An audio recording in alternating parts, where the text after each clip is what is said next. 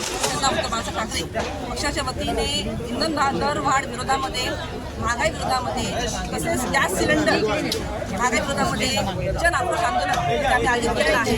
आज आपण पाहताय की आम्ही चुलीवरती भाकरी फेक आम्ही स्वतः महिलांनी, म्हणजे आपल्या शिवसेनेच्या महिला कार्यकर्ता असतील, नगरसेविका असतील, आम्ही सर्वांनी मिळून ही भाकरी या चुलीवर बनवलेली आहे।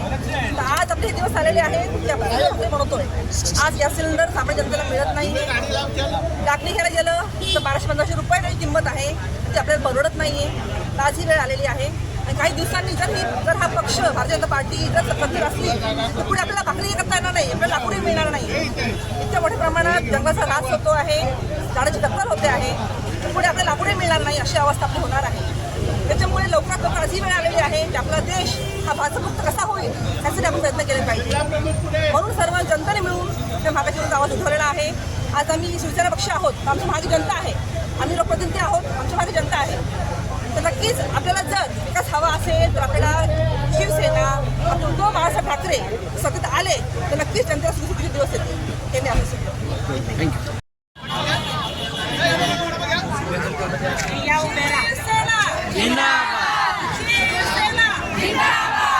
आवाज कुणाचा?